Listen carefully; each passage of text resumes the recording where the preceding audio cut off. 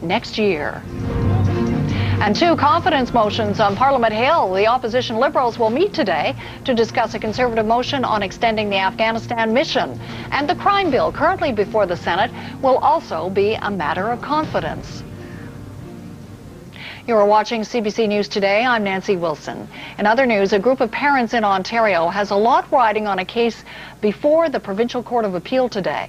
Their children are autistic, and they want the province to provide them with specialized therapy as part of their schooling. Taline Sagharian is the lead plaintiff. She joins us now from the courthouse in Toronto. So, Taline Sagharian, I know that you and others have tried to seek remedy through the courts before. What are you seeking today, and how hopeful are you that this time you could prevail? Well, Nancy, basically we are fighting the Ontario government and school boards for effective treatment and education for children with autism. And in today's appeal hearing, the government and school boards are trying to get our case thrown out of court, and we're trying to get the court to listen to our arguments. And in a nutshell, what is the overall argument that you're making before the courts? That we would like our children to be able to attend school and receive the therapy that they require together. Are there any special provisions for autistic kids in the public school system now? There are. They are token efforts, though, and they really lead to ineffective services. Families are frustrated and desperate, and we've turned to the courts for help. So tell me what it is that you and other parents want. What is it that you want schools to provide for your children? The effective treatment known as ABA or IBI in the schools. And what would that involve? I mean, I've read reports that it would involve having a therapist or instructor with each student who is facing autism. Just tell me more about the kind of resources required to provide the right learning environment in the classroom. Well, it would require the schools allowing our children to attend with their IBI instructor therapists.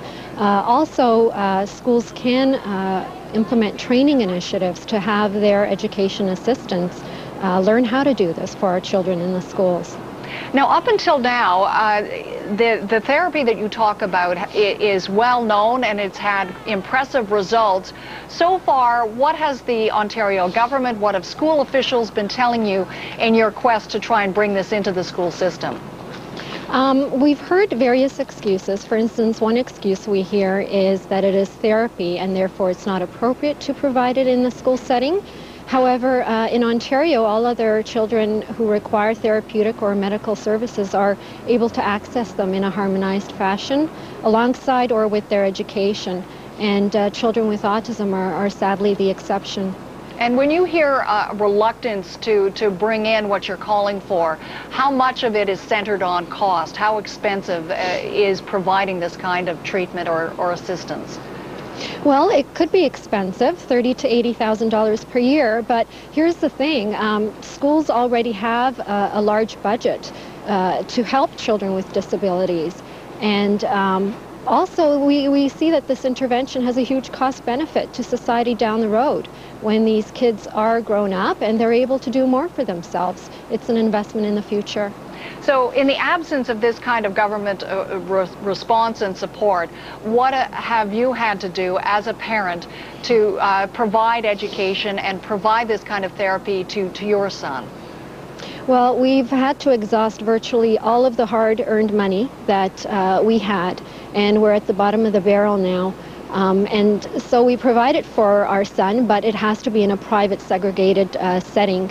It can't be part of school. So my son receives his IBI at home, away from the community, away from other kids, and out of the public school system. It's unheard of in a province and country as great as ours.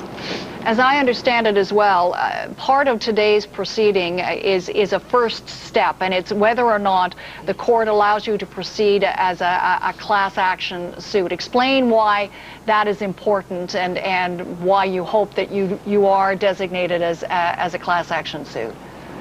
Well, we want to be able to extend the damages award to all the families who are affected. This impacts a number of families in the province, and we want to ensure that it's fair. And are there any other provinces that are providing this kind of assistance that in some way, in your view, are the beacons that they ought to be pointing the way for the Ontario government? My understanding is that Alberta is such a province. Also in the States, all of the states have been providing ABA and IBI through their education system for students with autism up until the age of 21. They've been doing this for many, many years now. Okay, we'll continue to follow the story. Taline Sagharian, good to talk to you. Thanks for joining us today. Thank you, Nancy.